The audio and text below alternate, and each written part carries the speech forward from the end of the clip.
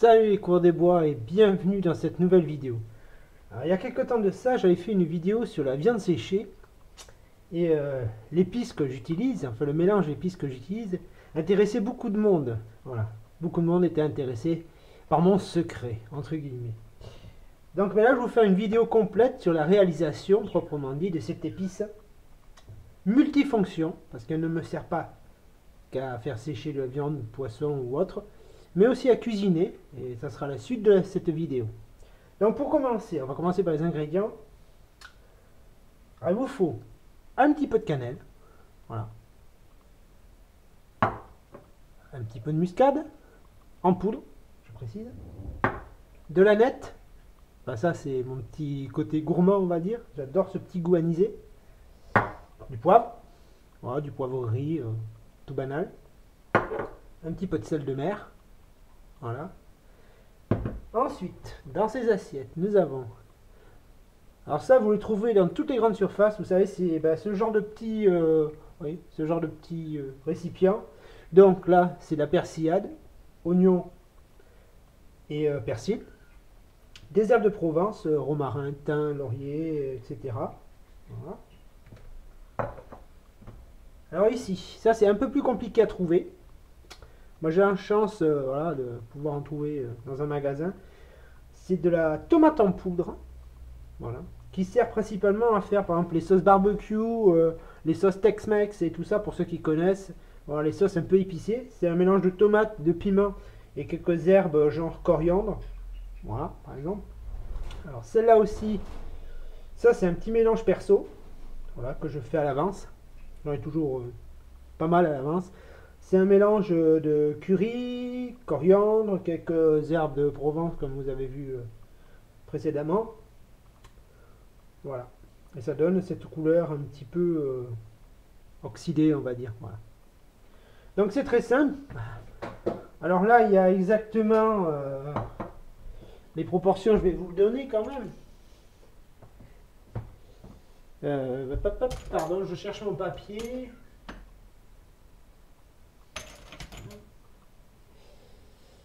Voilà. Je cherchais mon papier, pardon. Donc là, il y a 30 grammes poudre de tomate et piment, 30 grammes de mélange spécial méga fantôme, et la volaille, comme vous l'entendez derrière, qui se réveille. Donc vous mélangez les deux, voilà, tout simplement. Alors, par contre, il faut bien les mélanger, vraiment bien, qu'une des épices, entre guillemets, ne prenne pas le dessus sur l'autre. Voilà, il faut bien qu'elle soit homogène. Ça, c'est... Au début, je mélangeais, bon voilà, sommairement, et je me suis rendu compte que c'était un des problèmes pour le séchage de la viande après, parce qu'il y a une épice qui, disons, assèche plus vite la viande que l'autre. Donc il faut vraiment que ça soit homogène. Donc c'est la rouge qui assèche plus vite la viande. Voilà. Donc voilà, là c'est bien mélangé comme vous voyez. Ensuite, je vais prendre ma persillade, d'abord. Je vais en mettre à peu près 7 grammes, à peu près, entre 7 et 10 grammes, c'est-à-dire à peu près la moitié de ce que j'ai là. Voilà, comme ça. Alors toujours faire par étapes, bien sûr. Donc je vais la mélanger aussi comme il faut.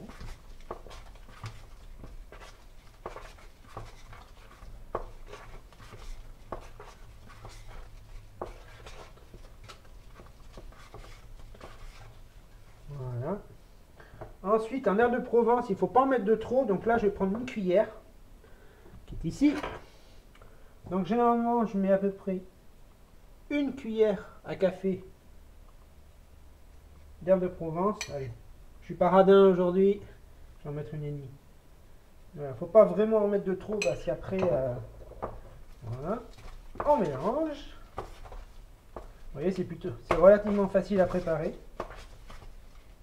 Ensuite, on va s'occuper de la cannelle. Donc la cannelle, vous prenez votre main, vous en mettez un petit peu dedans, pas trop, parce que c'est très parfumé comme vous savez. Ça sent vraiment bon. Donc vous voyez, ça fait, je sais pas, 2-3 grammes à peu près. Voilà. Ensuite, la noix de muscade, c'est pareil, il faut en mettre très peu. voyez, pareil à peu près. Et l'aneth. Alors, vous allez me dire, mais il a mis des herbes, de la persillade, des herbes de Provence, pourquoi il rajoute l'aneth? Parce que l'aneth donne un petit goût, comment dire, anisé à la viande, voire au poisson. Donc voilà, c'est plutôt un petit goût de luxe qu'autre chose, surtout de gourmandise. Quoi. Donc là, j'en mets un petit peu aussi, pas trop. Vous voyez, à peu près ça. Voilà. Le poivre. Alors comme il y a déjà du piment, il ne faut pas trop en mettre, mais un petit peu quoi. Alors, moi, ce que je fais, j'en mets dans la main, voilà. Et avec le dos de ma petite cuillère, j'en prends un petit peu. Voilà, et là, j'ai ma portion. Voilà. Ça suffit amplement. Hop. Voilà. J'ai tout mis, sauf le sel. Alors, le sel, c'est pareil. Pas mettre de trop. Alors, le sel, vous allez me dire, ah oui, après, il va saler la viande, patati patassoin. Oui, le sel va servir de conservateur pour la préparation. Donc, j'en mets à peu près. C'est vrai qu'avec l'habitude, j'ai pas gardé les grammages exacts. Vous voyez, une petite poignée, quoi. Voilà, il va conserver la préparation. Voilà. Ensuite, vous mélangez bien.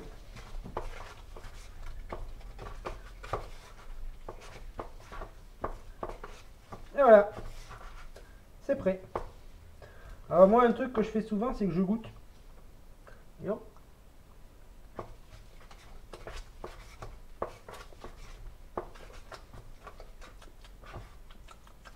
Parfait. Un peu épicé, un peu relevé. Parfait. Donc voilà. Ça, c'est la première partie de la vidéo, pardon. Maintenant, je vais ranger tout ça. Et je vais vous présenter une autre façon d'utiliser cette épice. Voilà, que vous pouvez même faire lors de vos sorties bivouac ou autre, où vous sortiez à la journée un bon petit repas avec cette épice. Donc ça va se passer dehors. Et puis je vous reprends dans quelques minutes. A plus tard les coureurs des bois. Eh bien, bienvenue. Voilà, vous êtes sur la terrasse de Méga Fantôme pour cette recette. Donc, pour ce faire, il nous faut, bon, moi j'utilise bien sûr mon bon vieux réchaud à alcool. Ah, il vous faut de l'eau, votre quart ou votre petit gobelet, l'épice que je vous ai présenté juste avant. Voilà.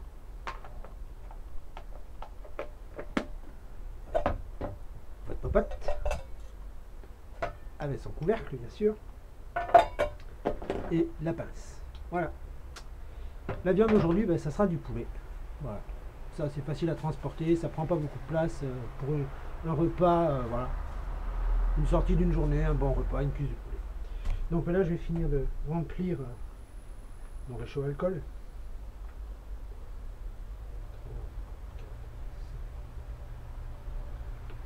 C'est bon. Alors j'ai mis une dalle dessous comme vous constatez pour éviter de me rouler la table de jardin. Donc on va déjà préparer avant d'allumer. Donc hop, on va essayer de faire quelque chose de joli quand même. Voilà. Donc il vous faut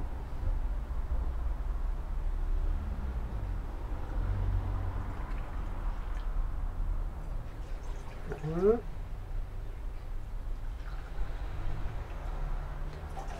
deux,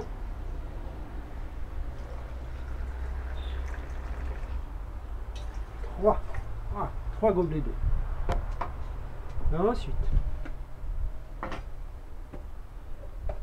vous prenez vos épices et vous mettez 4. 1, 2,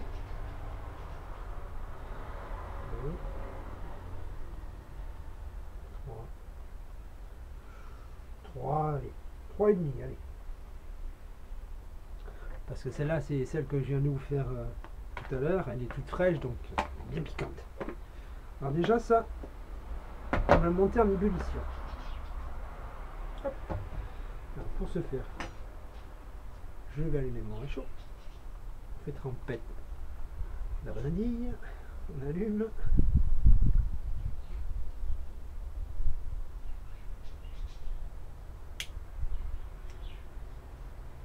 Et hop, c'est parti. Et vous mettez. Voilà. En courant. Et voilà. Et maintenant, on va attendre un petit peu.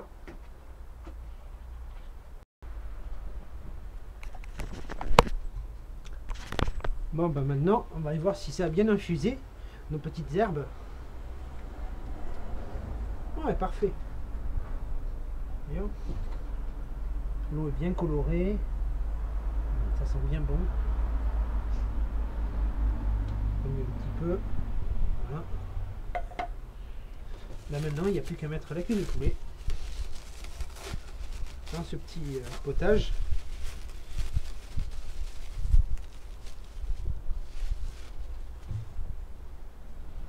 Alors moi, je vous conseille de la mettre toujours, vous voyez, le dos, on va dire, c'est la partie qui cuit le plus lentement.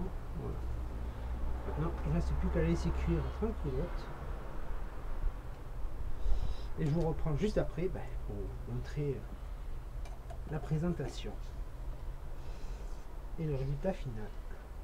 Donc là, ça devrait mettre à peu près 10 minutes à cuire, ce qui est assez rapide quand même. Donc je vous dis à tout de suite pour le résultat.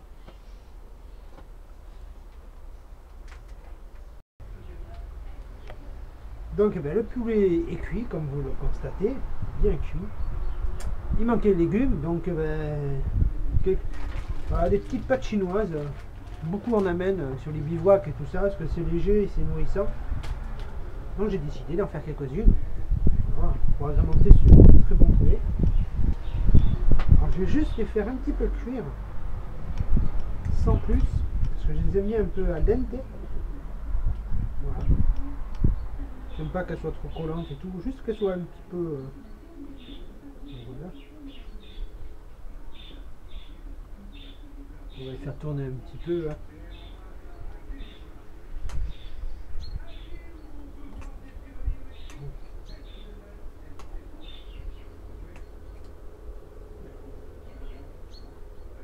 Voilà.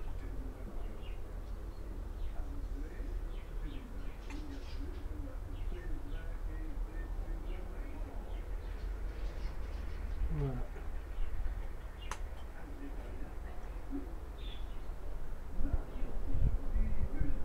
Là, ça chauffe bien et tout.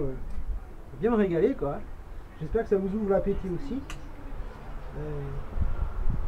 Voilà. Pour moi, elles sont bien.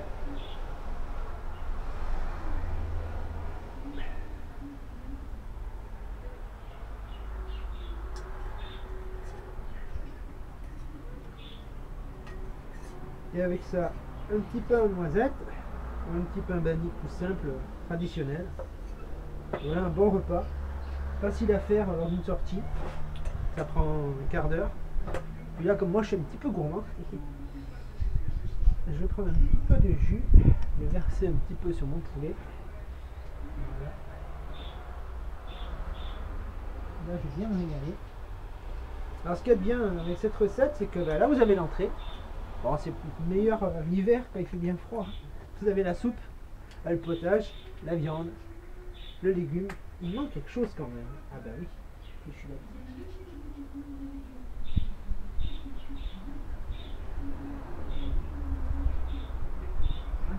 Il manque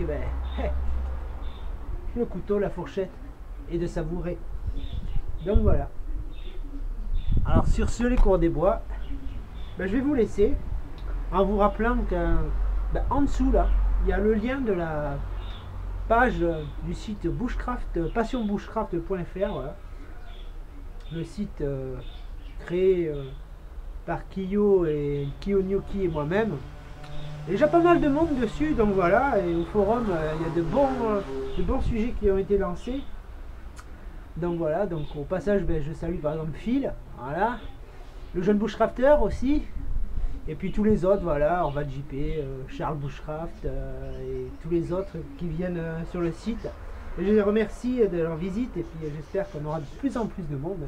Donc voilà, donc vous pouvez aussi en parler sur vos propres chaînes.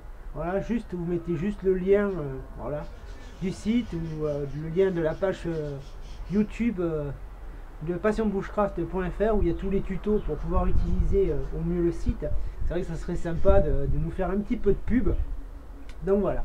Sur ce, ben, je vous laisse. Je vous souhaite un très bon appétit, puis je vous dis à la prochaine. Bye les coureurs des bois.